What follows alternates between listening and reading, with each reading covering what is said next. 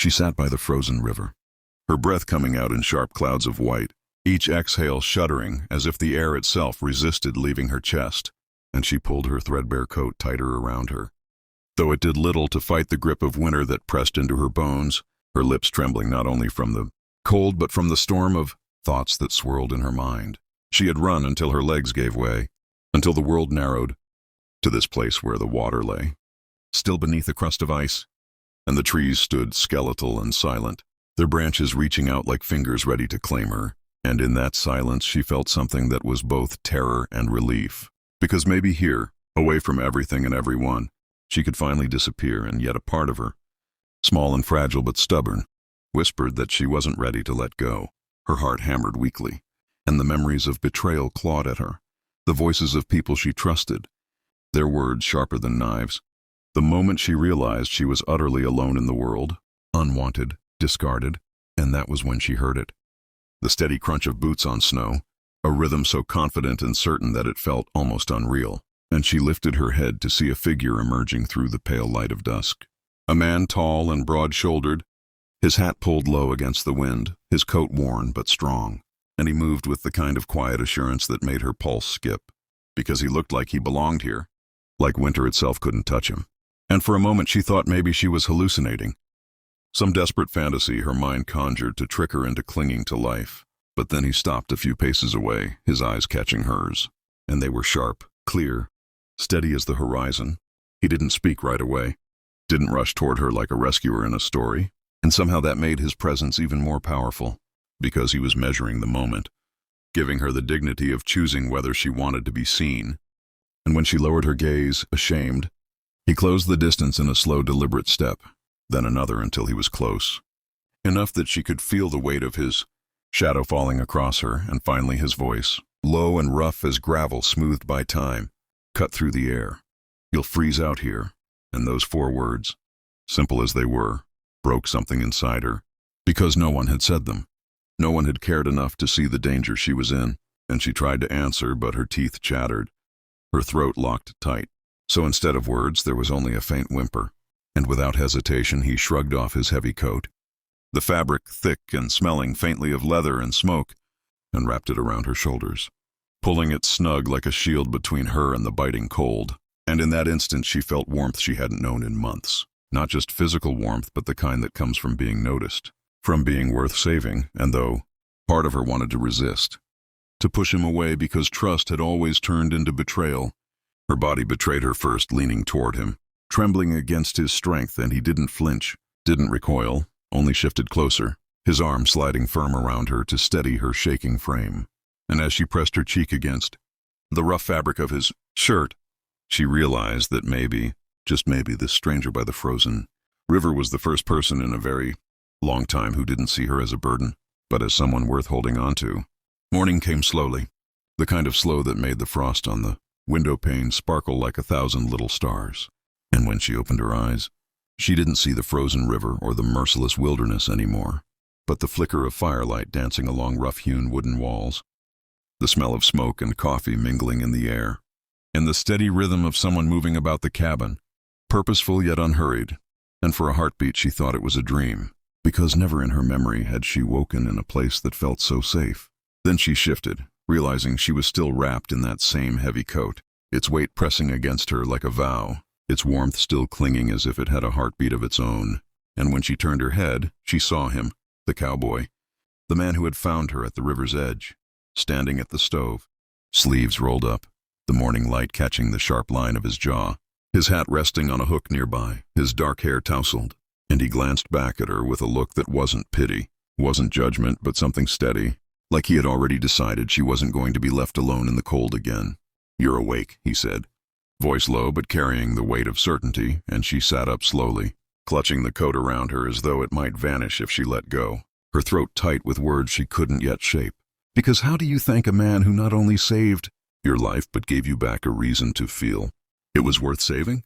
He poured coffee into a tin cup, brought it over, placed it in her hands, and the warmth of the cup bled into her fingers, chasing away the lingering numbness. And as she sipped, the bitter taste grounded her in the present, tethering her to something real. She studied him over the rim of the cup, the way he moved with quiet strength, The way he didn't press her with questions, didn't demand explanations for why she had been at the river, shivering and lost, and instead just existed beside her like a man who knew the value of silence. And that silence became a bridge between them, sturdy and unspoken, when she finally whispered why. He paused in the act of setting another log on the fire, glanced at her, and answered simply, "Because no one should face the cold alone." And though his words were plain, they sank deep, unraveling knots inside her she hadn't realized were still there, and she understood that this man wasn't rescuing her out of duty or chance. He was offering her something much greater, something she couldn't quite name yet.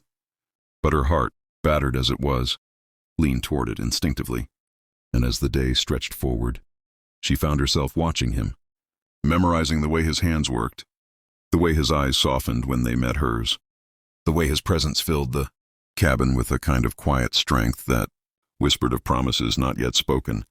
And though fear still coiled inside her, though her past still clung to her like shadows, she knew in that fragile beginning that the coat he had wrapped around her by the frozen river was more than fabric. It was the first piece of forever he was willing to give.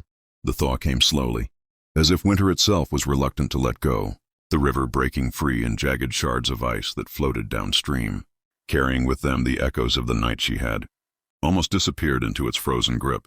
And she stood on the bank now with the coat still wrapped around her shoulders, though it felt different these days. Not just a barrier against the cold, but a second skin, a reminder of the man who had placed it there, of the promise he had made without words. And beside her he stood tall, his arm brushing hers, his eyes fixed on the horizon, where spring light stretched, thin and golden across the land. And though the silence between them was familiar and comfortable, her heart thrummed with things unspoken, questions about the future, about whether forever could truly be born from a single, desperate moment by a frozen river. But when she glanced up at him, she saw the answer waiting there already, not in grand declarations, but in the steady way he existed beside her, in the way his hand would find hers without hesitation, in the way he had given her not just shelter and warmth, but the courage to believe she could start again. And yet the river, restless and untamed, seemed to whisper reminders of the past, of the dangers still waiting. For no love story unfolds without shadows, and theirs was no exception. Whispers from the town below, voices of doubt, the resurfacing of her old life that came clawing back, demanding she return to the misery she had fled. And though fear surged in her chest, she felt his grip tighten on her hand, firm as iron, steady as the land itself. And in that grip she found her answer. They would face it together. The days that followed were not without struggle, storms that rattled the cabin, nights when her old nightmares returned, mornings when doubt pressed heavy. But through it all, he wrapped her in patience, in silence when she needed it, in words when they mattered most. And one evening, as the river roared with the first true rush of spring, he led her back to the place where he had first found her, sat her down on the same frozen stones now slick with melting ice, and took her hand in both of his voice rough with the weight of everything he had held back, and told her that when he placed his coat around her that night, he had known it wasn't just to keep her alive. It was to give her his life, his heart, his forever. And tears blurred her vision, not of sorrow but of a release so deep it left her trembling, and she whispered back that she had been searching all her life for a place she could belong, and against all odds, she had found it not in a place, but in a man, in him. And when he drew her close, pressing his forehead against hers, the river seemed to quiet, as if it too understood that the girl who once sat shivering on its banks had been claimed by something stronger than winter, stronger than the past. She had been claimed by love, and this time, she was never letting go. The sky had been uneasy all day, clouds rolling heavy and dark across the horizon like a tide of shadows, and though he had split extra wood and she had laid extra blankets near the fire, nothing could prepare them for the storm that came roaring down from the mountains, a tempest of wind and snow that swallowed the cabin whole and made the world outside vanish into a white blur. And in the heart of it, she found herself trembling, not from the cold but from a fear she hadn't felt since that night by the frozen river, because storms had always meant loss for her. Storms had always stolen something: family, safety, certainty. And as the wind howled against the walls, she pressed closer to him, clutching the coat he had given her, whispering half-broken words about how maybe forever was only a dream, Maybe nothing truly lasted, but he turned to her then, his eyes fierce in the flickering firelight, and said in a voice that cut through the roar of the storm, "Forever isn't a dream, not if you hold on with both hands." And with those words he pulled her into his arms, steadying her against the trembling of the world outside. And though the storm raged for 3 endless days, tearing branches from trees and rattling the windows, inside the cabin they built something stronger than walls, stronger than wood and stone.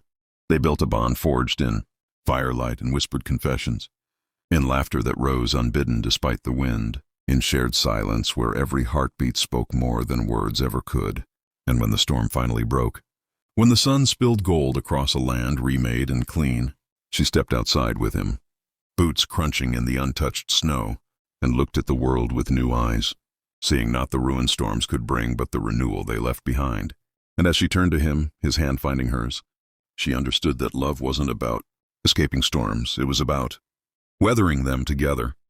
And in that truth she found a strength she hadn't known she carried, a strength that told her no matter what came, be it whispers from her past, doubts from the town, or the relentless winters of life, she would never again sit shivering by a frozen river alone, because she had his coat, his arms, his forever, and nothing in heaven or earth could take that away. Spring unfurled slowly across the valley, the river running free once more, the meadows turning from brittle brown to soft green, and with the change of seasons came a change in them too, for no longer were they only survivors clinging to warmth in the shadow of winter, but dreamers daring to build something lasting. And she found herself laughing more often, her voice echoing in the cabin as she swept the floor or baked bread with clumsy hands he guided with patience, while he, once so guarded and solitary, began to speak of things beyond the day at hand, pointing to the land and telling her where he might plant a garden, where a horse corral could stand, how one day there might be children's laughter running through the grass. And each word struck her heart like sunlight breaking through clouds, because he wasn't just giving her shelter anymore. He was offering her a future.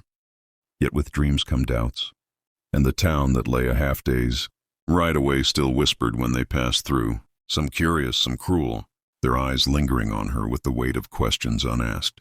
And though fear stirred in her belly, he always rode steady beside her, his hand brushing hers on the reins, his presence reminding her that no gaze, no judgment, could undo the life they were weaving together. Nights in the cabin became softer, filled with the rhythm of firelight and the hush of 2 hearts finding each other in the quiet. And though she still carried scars, though sometimes she woke with a cry caught in her throat, each time he was there, arms strong around her, whispering not promises but truths. "You're safe.